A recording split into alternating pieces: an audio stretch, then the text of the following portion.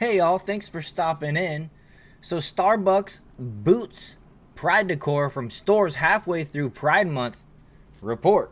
I gotta say, I'm really surprised at Starbucks this time because when I think back, it seems like Starbucks was on the front line when it comes to diversity and inclusion, this woke agenda. So correct me if I'm wrong, but hasn't Starbucks developed itself into this safe space, cornerstone for pride that has seen boycotts from the right over their willingness to pay for employees to go to other states and have abortions? So it's just kind of crazy. It's odd to me that they would do this. It just goes to show that their principles align with the mainstream media as long as it's good for their pocketbook. I'm sure that's probably why they were one of the first ones to take the stance that they did back in the day, was because they felt like it was good for their pocketbook. But it appears from the title of this article that what is happening to Bud Light and Target has shaken them to the core, and it should shake all of these woke companies to the core, considering unless they can just afford to take a 25% week over week hit to their sales like it's done to Bud Light. I just don't think that's a winning recipe for anybody. Call me crazy. So let me go ahead and read this article. And while I do, would you consider hitting the like button?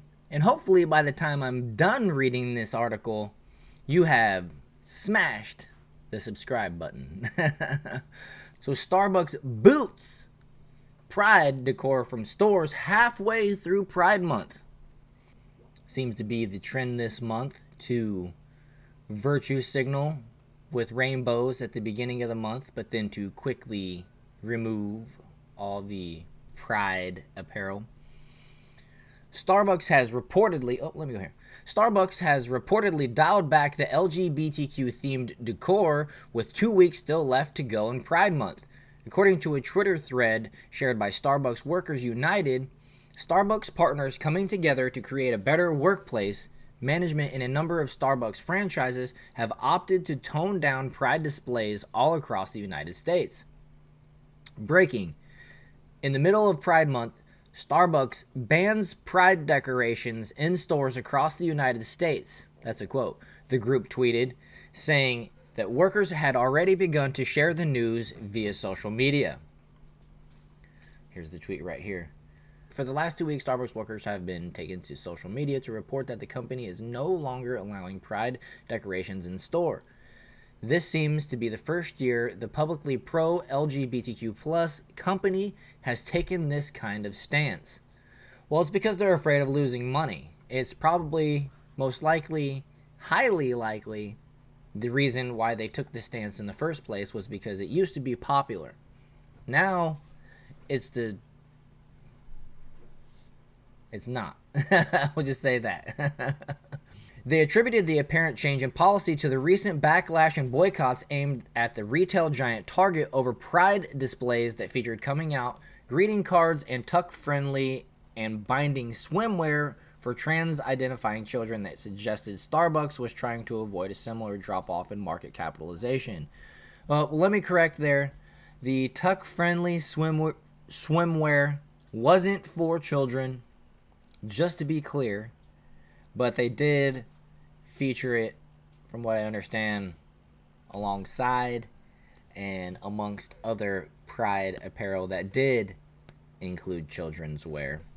Taking a cue from Target, who bowed to anti-LGBTQ pressure and removed pride merchandise, corporate and district managers are taking down the pride decorations that have become an annual tradition in stores, they said. It's pretty wild.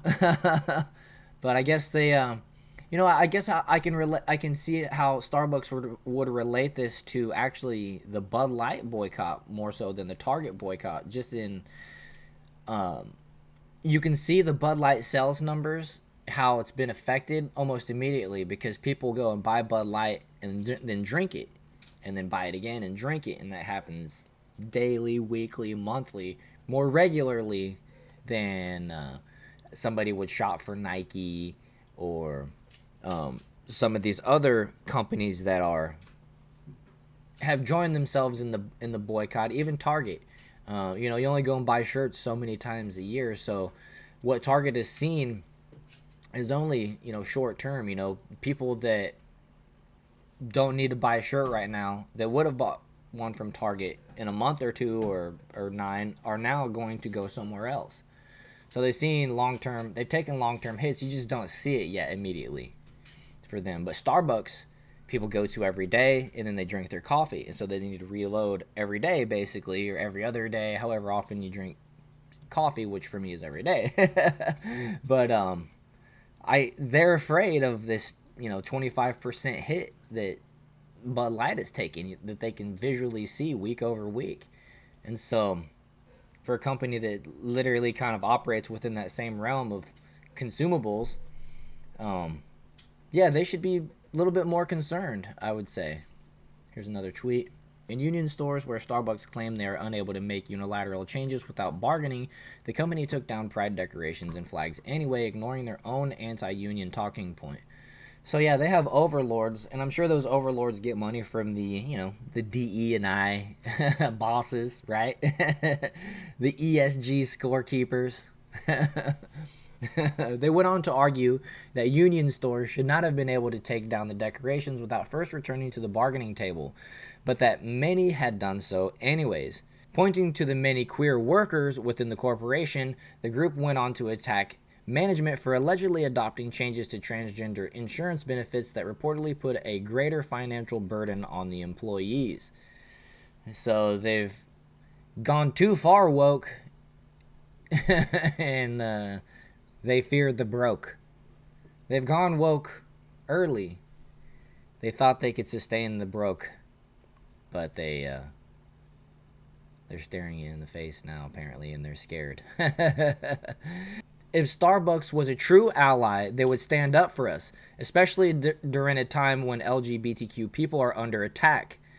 Nobody is attacking LGBTQ people. Give me one example.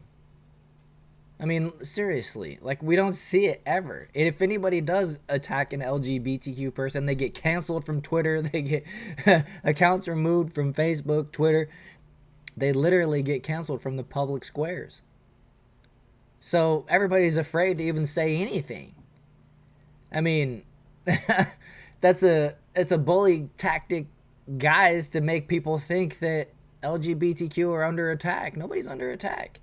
On the contrary, we've seen some of these LGBTQ folks actually on the attack, shooting schools and planning on shooting schools, which we still don't even have the manifesto from the one there in Tennessee that killed multiple people, children including. A company that cares wouldn't turn their backs on the LGBTQ community to protect their already astronomically high profits. Well, that's what they're doing, and that's what they care more about, was profits. They went woke. They got you guys to team with them, to fight for them, to buy their coffee, and now they have you, and they take advantage of you.